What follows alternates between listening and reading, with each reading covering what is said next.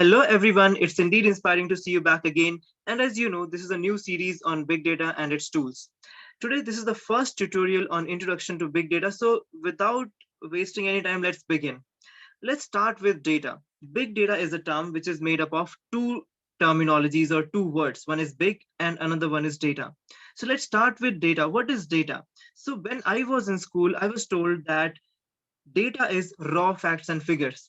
And if you start processing these raw facts and figures, it becomes information. So processed data or processed raw facts and figures is actually called as information. This is the school definition which we have read. But just think, are we limiting to just raw facts and figures? Obviously, no, right? So let's go ahead and understand what sort of data do we meet across every day. So we have data in the form of videos, we have data in the form of audio, we have data in the form of text files, we have data like sensor data coming from different devices, devices interacting amongst each other. So various format of data we see across. Just pick up your mobile and see that which different file formats are you dealing with every day. You yourself will analyze that so many formats of data do we have today. So I believe now the data part is very much clear. So data is not only raw facts and figures, data is not only some processed information, data is everything digitally present today.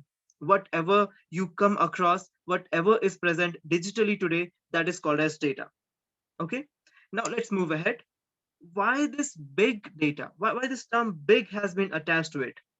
Just quickly, just give me some pointers. One, two, three. Why this big? I know what you have guessed. You must have guessed large volume, and you are right. That is the primary factor, but that is not the only factor. So let us see certain factors which make data as big data. Let's go ahead and see all of them. Here you can see we have volume, variety, velocity, veracity, value, and variability. So this volume, variety, and velocity, these were the primary factors coined by Gartner. And then a lot of companies like Oracle, IBM, so they came and they evolved veracity, value, and variability. Let us understand them one by one. So let me take you through the volume part. Volume is the amount of data which is being stored at some data centers or storage devices. So at this particular moment, if you try to check how much data is there with Amazon, how much data is there with Facebook, or how much data is there with Google into their servers, that contributes to the volume part, the large size of data they are having. Second part is variety. Do you think they all are having a single format of data? Obviously not. So they all are having different varieties of data. We just saw it can be video files, it can be some web pages, it can be some PDFs, it can be some audio files. So many formats we have today. Okay, so different formats of data they have. But broadly classifying this, you can see here we can classify it as structured, semi-structured, and unstructured. So three categories or classes we have. Now let's have a quick look at what would be structured. So anything which is in the form of table. Okay, what is a table? Anything which is in the form of table. Table is rows and columns. So anything which can be organized in the form of rows and columns, we'll call it as structured data. Now, anything which cannot be organized in the form of rows and columns, it'll either be unstructured or semi-structured, correct? So have you ever heard about Python dictionary or JSON format? It looks something like this. Look at these brackets and look at the kind of values I'm putting into it. 1 colon aman, okay. And then I'm putting a comma over here. I'm putting 2 colon, and I'm putting here, let's say, naman. Okay, so what I'm doing here, you can see I have created a dictionary. It's a Python dictionary data structure. Okay, or you can call it as a JSON format, a key value pair. Are you able to identify some sort of relation between 1 and aman, 2 and naman? Can you convert this into structured format like a table? One will be the row ID and the name will be Aman. Two will be the row ID and the name will be Naman. Yes. So whenever you are able to identify a pattern into a file, you can easily call it as semi-structured. It's not completely structured because it is not in the form of a table. It is not in the form of rows and columns having proper column names and rows inserted into it, but yet you are able to identify a structure over here. Let me give you another example. Look at this place.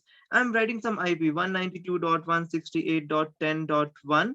Okay, and then after that we have dash dash, and then we have something like 21 slash 12 slash 2020, and then we have again dash dash, and then after that we have info and colon. Okay, info colon. I will write system rebooted. Okay, you can see this line, and now I have multiple such lines. Okay, I have multiple such lines, and one system rebooted, a second time system, let's say, shut down.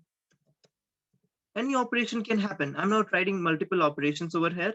Okay, let's say next day this happened. Okay, similar way. Are you able to identify some pattern here? No? Yes, you are able to identify. Just look at it.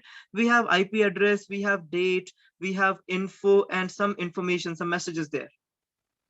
If I want to identify or I want to impose some structure over it, will I be able to do? Yes, obviously I'll be able to do that, because this is the IP address, this is the date part, this is the info level, log level, info level logs, again semi-structured.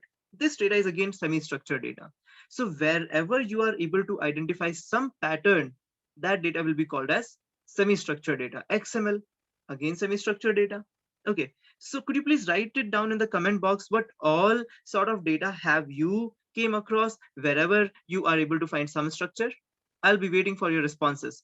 Now let's move ahead. Let me clear my screen, and let's move ahead and try to understand the next part, which is velocity, speed, speed with some direction, right?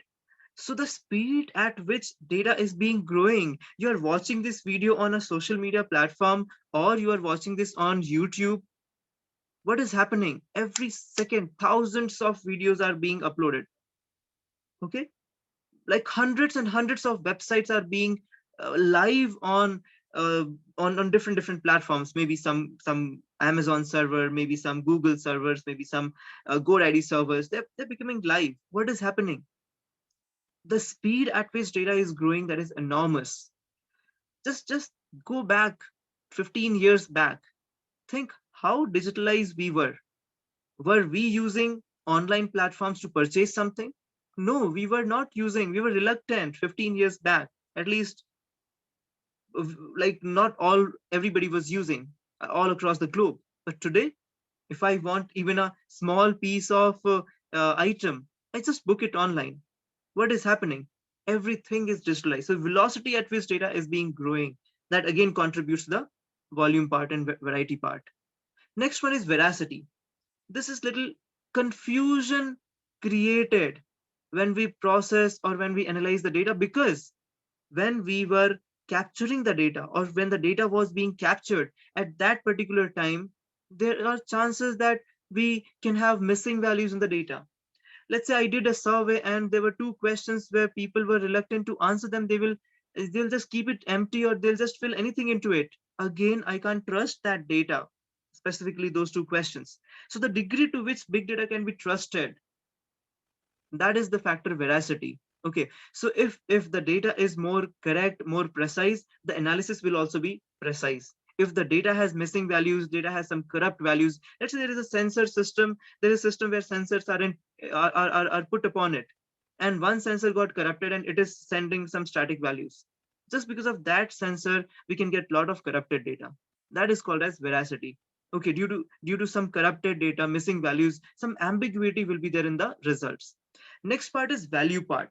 This value part is, the more data you have, the more analysis you can perform and the better results you can get. So simple example, let's say there are 40 people. Okay, 40 people from class A, 40 people from class B. 40 people wants to watch science fiction and 40 people want to watch a romantic movie. And now there was a voting. Out of the first 40 people, only 10 turned up. They voted for science fiction. Out of these 40, 20 turned up. Who will win? Obviously, these 40 people. But in actual, these 40 wanted to have a romantic movie. and these 40 people wanted to watch a science fiction. So there is again a problem. If we could have collected all the 40 ka data, then what would have happened?